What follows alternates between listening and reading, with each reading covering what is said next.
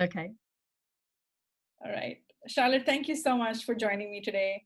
As you know, we've talked about, we've known each other since our daughters were in not even kindergarten, play Right. school. Hmm. What is it called? Preschool. Preschool. Pre- Hmm. It's been a while, gosh. And I Yeah. cannot believe that they are teenagers. How is Mila doing? She's doing okay. One of the reasons why I've really started to work on this is really the first conversation about the killing of a Black person due to police brutality. Before, we've talked about racism and how we should be inclusive and that sort of thing, but I haven't really ever had that conversation with her. And she had been starting to hear things online and asked me. And when she came to ask me, she was in tears. She was so upset. Mm-hmm. And then I said, and this is not unusual. Breonna Taylor, and I told her that story. I told her the story of Trayvon Martin, who, and she got angry with me and said, Mom, this has been going on your lifetime. You have had plenty of time to do something. Why hasn't it changed? Why haven't you done better? And why hasn't your generation done better? Mm-hmm. And it just made me realize that it's true. We have not done better. Yeah. Yeah. And then I just started, anytime one of these things happens, of course, you post online, you go to the protest, you write letters. But then I also started trying to reflect on me personally. Yeah. What, I was raised in a white home, evangelical home in a small town in Florida. Mm-hmm. That's a triple whammy for racism right there. So, when doing that, I started taking some classes on how white women can speak to women of color. I took some seminars, but it's still not enough. There's Yeah. still, things back there, and we also need to change as a Yeah. society. We'll talk about, but I want to dig deeper into your upbringing because you wrote me an email that just hit me so hard. I want to read it out. But before we do that, we talked about how Mila was doing. I want to hear how are you doing? I'm doing okay. It's been hard to be a preschool teacher and not be face to face with my kids. Yeah. Online learning is just not For what preschool I kids, would yeah. want to do for my kids. Yeah, and where you teach Friends Nursery School, I remember both my children went to Friends Nursery School, and they loved every single year of preschool. And I have never, now I kind of reflect with sadness because you remember Rohan, my son, Right. used to love going to preschool. He was such a happy kid, loved going to school. And of course, as he's getting older, it's like, oh, school, you Mm-hmm. know. Um, so there's something about the school environment, and I want to explore some of that with you also, is what is the role that educators play up in shaping young minds at a very young age, because the school that, FNS, which is the school that you teach at, is very much the emphasis is on play-based learning, but it's also a lot of emphasis on learning how to communicate and interact with other human beings, right? They learn at a very young age how to communicate with someone, how to what to do when there is a conflict, and those are things that you teach in a very safe, very play-based kind of an environment, which is I tell when you go to parent-teacher meetings at your kid's school, right? You're knock on wood. Both my kids get rave reviews about how they're so good with Mm-hmm. their classmates, and they're caring, and they're so good with dealing with conflict. And I cannot thank you guys enough, right? Because that started in preschool. They learned Yes. those skills in preschool. I don't think I taught them that. I think they learned that in FNS, right? So there's a huge part that I think educators play Mm-hmm. in shaping young minds, and I think that has a lot to do with some of the issues that we are facing here around us. Before we go there, Charlotte, and I know we only have a few minutes, but I'll make Um, sure my. you responded to the video, to the videos that I posted Mhm. with my colleagues Celeste, Hugh, and Mark, and you responded with really thoughtful words. I could tell from what you said in your response that it really had deeply affected you, because you said almost every single time you said, I really needed this right now.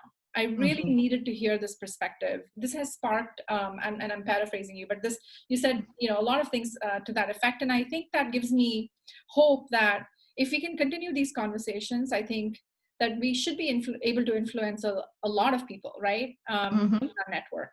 But the part that got me was the email you sent, because after I saw your comments, I reached out to you and said, hey, yours is a perspective I want to hear. Would you Mhm. be open to getting on a Zoom with me? And you responded with this. I'm going to read this back to you. Okay. You said, yes, I would have time, of course. I'm no expert and I'm trying to find my way and examining my core beliefs. But really, I can't thank you enough for these conversations. I was raised by a super racist, misogynist man.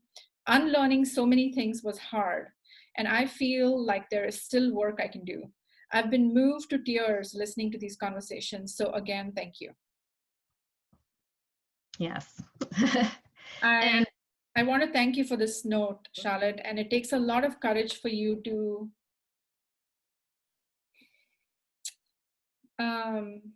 I actually don't know what it feels to examine your core beliefs when they are so different um, from who you are today, right? mhm. I cannot imagine. I think a lot of who I am today has to do with how I was raised. A lot of my core beliefs come from my parents, and I'm grateful for that, right? Mhm. The fact that I have an affinity for purpose-driven work, I think, is so my dad. Uh, and the fact that I like being around people, and I'm constantly thinking about feeding people and doing humanitarian work, is to a large extent because of my mom. Mhm. And they role model those behaviors, right, from a very young age. So how does it feel to be in your position? Because I can't imagine what it's like, where everything you've grown up here listening to is, as an adult, you're starting to challenge. What does that feel like? Well, I started to challenge it at a very young age. I was always kind of pushing back on that. And my mom is a very open, wonderful person. She just, was kind of a victim of the time period and the space that we were in Florida. And she has grown in amazing ways as an adult. And now, well, another thing that Mila has said to me before when she did get on top of me and say, why hasn't this changed? Why haven't you done more? I was defensive. And then she's like, that's you're fragile. You don't have to be defensive with me. We can talk about this. And that really made me feel like, whenever I am feeling that defensiveness, like, oh no, that can't be me. I can't be racist. I can't be thinking, that you're just taking that wrong. I really need to look back and say, yeah, there is something there. Let me dig deeper. Let me scratch that surface, dig more, and see what I can change to do better. And it can be hard. It can be something as simple as the words that I use that I've heard all my life. Recent conversation that I had with one of the teachers at school is one of the people in Los Altos on the city council had said something like, lost your cotton picking mind. Oh my gosh. I had I have grown up saying that, and I never listened to what the words were. It's probably been a long time since I've said that, but that is just something in the vernacular that we would say. And then thinking about it, wow, that really is, if you have to look at every aspect of how you were raised and everything, it can dig really deep and be really hard and have to remind yourself. But something also that I do is I have to forgive myself when I've made those mistakes. Yeah. And I hope that people around me forgive me. So what And forgiving myself is the right. main thing. I love you for saying that, Charlotte, because it takes a lot of courage to do what you're doing right now. I can't thank you enough for this conversation. I I believe in, I believe that in the power of human connection, and even the staunchest of racist people, I think, should be given a chance, right, to change their mind. You are, can I say that you were a former racist because you were raised? I mean, you didn't have a choice, right? Because you grew up in a household where you were told Yeah, this is the normal I thing to didn't, say, yeah, exactly. I didn't know, but sure, yes. right? Right. And when you were educated and exposed, Mm-hmm. you were exposed to the idea, where your mind was expanded, and you were given information to examine, you were able to make that choice for yourself to say, you know what, I believed in this because I was told this from a very young Mm-hmm. age, but I now am looking at my own experiences and now I'm saying that's actually not true. Right. And I have that same experience with my upbringing, right? I mean, I was raised to believe that my purpose in life was to be a homemaker and have children and take care of my Mm-hmm. family, because all the role models around me were women who did that, and they did that really, really well. There was nothing wrong with it, right? Right. But it's when I came here, I met women who were doing all of that, but at the Mm-hmm. same time had their careers and went and got multiple degrees, and suddenly it opened my eyes to. And of course, I had a husband who was like, you're not going to be a housewife, like, because Mm-hmm. you can't be a housewife, you have to just go out and do something with your life. And so, I mean, there's nothing wrong with being housewives, and I'm not saying that, but Right. I think what he meant to say was, go explore your potential. But the point I'm trying to make is that when you were given the exposure to actually think for yourself, to experience for yourself, to meet people who don't look like you ended up changing your mind. So tell me when that shift happened. Like, walk me through what that is. Like, I am so Mm-hmm. fascinated by this because I've not really met anybody or haven't had a conversation with anybody like this before. So I'm really interested in understanding, when did that shift happen for you? Well, in my middle school, it was a predominantly my school district was one of the last to integrate in Florida, Yeah. and still was very segregated by the time I was going through school. And my middle school was predominantly Black, and I was, kind of far away, and had to, the kids didn't, I didn't live in the same neighborhood as my counterparts, but I would get to the school. I went to a really charming, cute elementary school, and then I get to the middle school, and it is just chaos and disarray. Our books are falling apart, our bathrooms don't work. And I really saw that because this was the quote unquote Black school, that it was separate. It definitely was not equal. Mm-hmm. And that made me angry, I think. Just also bubbling up with the whole, as I found out, middle school is that time of a lot of emotion. And I think it started opening my eyes. I also remember I liked Michael Jackson and Prince, but because the white kids and the Black kids were kind of separated, that, kind of wasn't, we were supposed to listen to country music or, white people music. And so that kind of helped me also see that this is kind of superficial, all of these things. Right. And, I just went with that and kind of felt that all the time. But then even when you live in a household or a culture like that, you still have to pretend, right? I still have to laugh at those racist jokes, because who am I to be able to stand up to people? And that changed for me once I got older. I did start standing up when I would hear. It got a lot easier when I moved far away to California from Florida, and we had Facebook, and I can argue with my former friends and family and point that out. But I do remember very clearly in middle school saying, this isn't right. Yeah. Gosh, I'm just so overcome with emotion right now. Uh-huh. Thank you for sharing that story. Let's go from your middle school experience to what you're doing right now as an educator, because I think we need to as much as it's important to recognize some of the lows in our life and Mm-hmm. turning points, I think it's also important to be forward thinking and optimistic and invest in the young minds, right? Because that's our future. What in your approach to being an educator is influenced by your background, your experience, your upbringing, and what's happening around us? What has changed in your approach to being an educator? Well, I don't know that much has changed, because when you become a preschool teacher in particular, every class you take, you're examining your bias. Mm-hmm.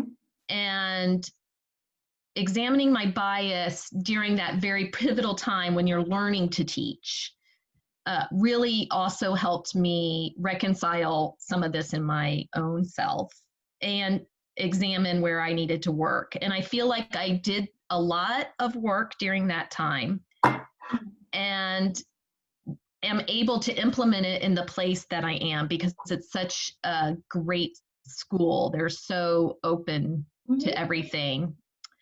Um, I I still lead with love is my number one thing, and I think as a early childhood educator, I'm not having to do all of that discipline Yeah. because it's more guidance.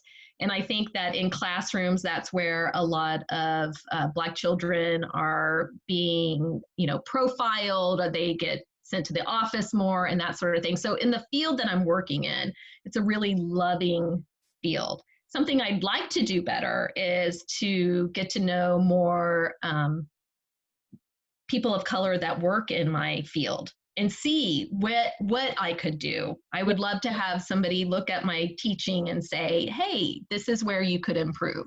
Mm-hmm. So why I can't think of anything right now, I know there's work I could do. Right. You mentioned in one of the messages, I can't remember exactly where, that there are so many people in your network, whether on social media or just in your life, that say a lot of things that we know what we label today as racist, right? I mean, Mm-hmm. I've never been a big fan of labeling people, and as someone who is constantly stereotyped, I think the last thing I want to do is stereotype someone else, right? But when people say things like George Floyd deserved to die because he didn't follow the police instructions, or all Black people who are don't have the economic means and resources are all criminals.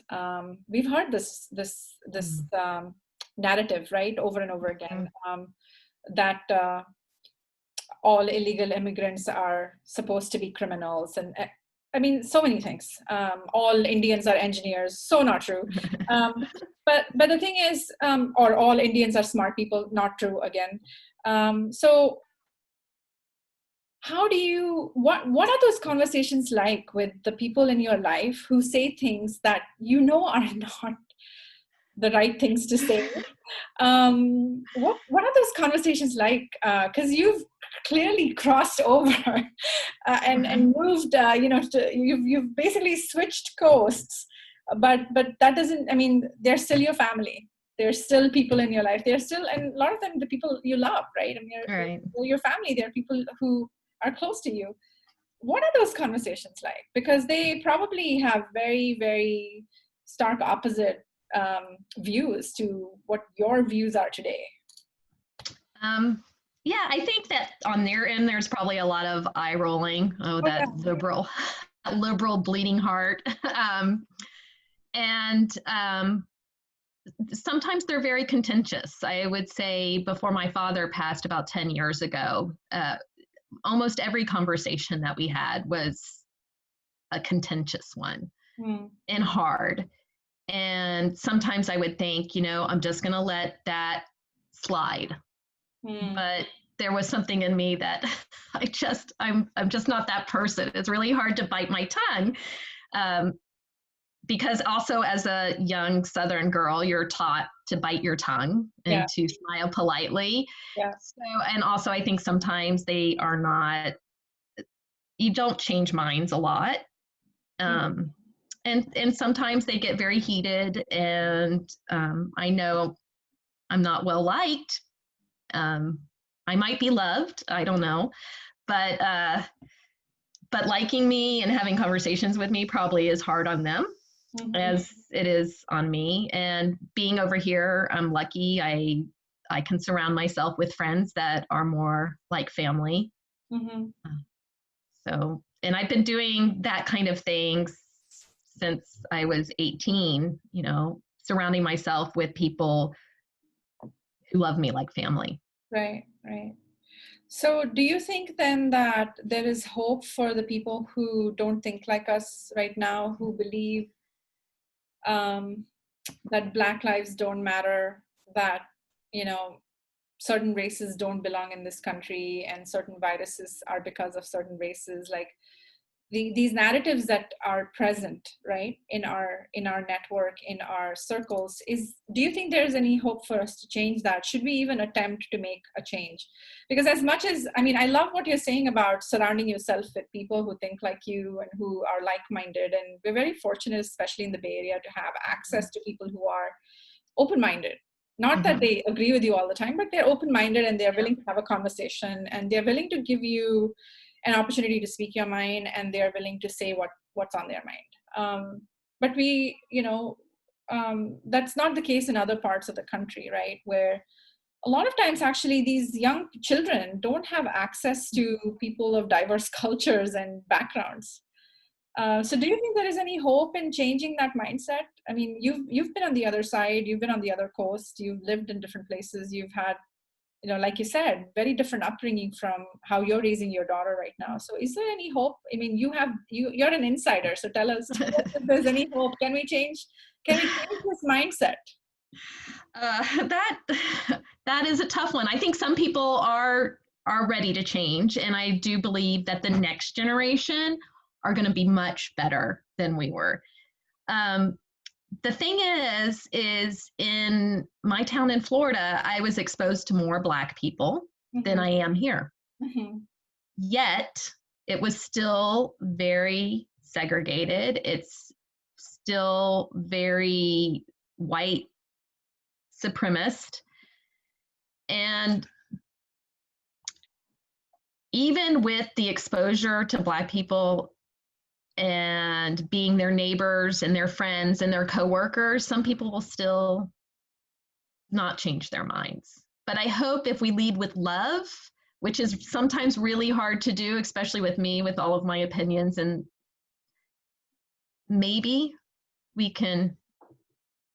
But a lot of times there's also they're so fragile that if you do try to confront them, they're going to put up a wall and not hear. Right. I'm still working on a way to be more delicate, to be more convincing, because sometimes it's not enough just to point out, hey, that was racist. Right. It's not enough. You're right. I'm thinking about what you said earlier about what Mila said to you, that this has been going on for a while. Why haven't you done anything? And I was just talking to my friend Laura just, you know, a few minutes before you joined the Zoom. And Laura said something that was really, you know, which is something I very strongly believe in. And she said, you know, it's very overwhelming to want to take on the world at once, right? I mean, it can be very overwhelming because you can't reach somebody who you don't know. You can't reach somebody who doesn't live in your environment, right? I mean, I don't know anybody who lives in Kentucky, or I don't know, I mean, other parts of the country that, and I'm not sure really how to reach them because I don't understand them. I don't understand their environment. I don't understand their mindset, but we should try. But I think what she was saying is, I want to start with my network. I want to start with the people I have access to. I want to start with the people that I know, because I know that I have a chance at having a conversation with them. I'm not going to go, you know, engage with strangers because I don't know them. I don't know where, you know, where they're coming from. And so if everyone just took that opportunity to engage with the network that they have, even if it's 1 or 2 or 3 or 4 people, that makes such a big difference. And I would say next time, you get a chance to talk to Mila about this is, I would say to her, what you're doing to make a change is exactly that, is, engage with one person at a time, one conversation at a time. And if everyone does that, can you imagine that effect, the network effect it would have across humanity? I think we need to have, cross culture, cross race, cross border, across the world, we should have these conversations. I cannot thank you enough for being here today, honestly, Charlotte. This has been such an eye-opening conversation. I've known you forever. And somehow we've never had a conversation about this, but it's better late than never. Right. Yes, I feel the same. And you showing up as a strong woman, as a talented educator and an opinionated woman who can't bite her tongue, I think that is a gift to your daughter. That's a gift you can give to your daughter. So don't change anything about yourself. You're great. Well, as you know, with teenagers, you kind of get back what you've given, right? And I keep teasing that, soon enough, there's going to be some kind of protest right outside my door. It's like something I've done, because nothing slips. I mean, we've got a mirror up to us. Yes. So I'm glad that you're part of this change, and let's continue to keep the conversation going. I appreciate all the kind words and the words of encouragement. It gives me the motivation to continue to do these conversations. So thank you. Yes, and I'm not being trite and saying this has really been what I've needed, because I know you, just like we were saying before. I know you, and I love you, and I trust you. Yeah. So hearing you have these conversations has been really great. Awesome. Thank you. So much. Thank you for telling me that. I really appreciate it. You have a great day. Tell Mila I said hi. I will. Thank you. All right. Take care. Bye. Bye.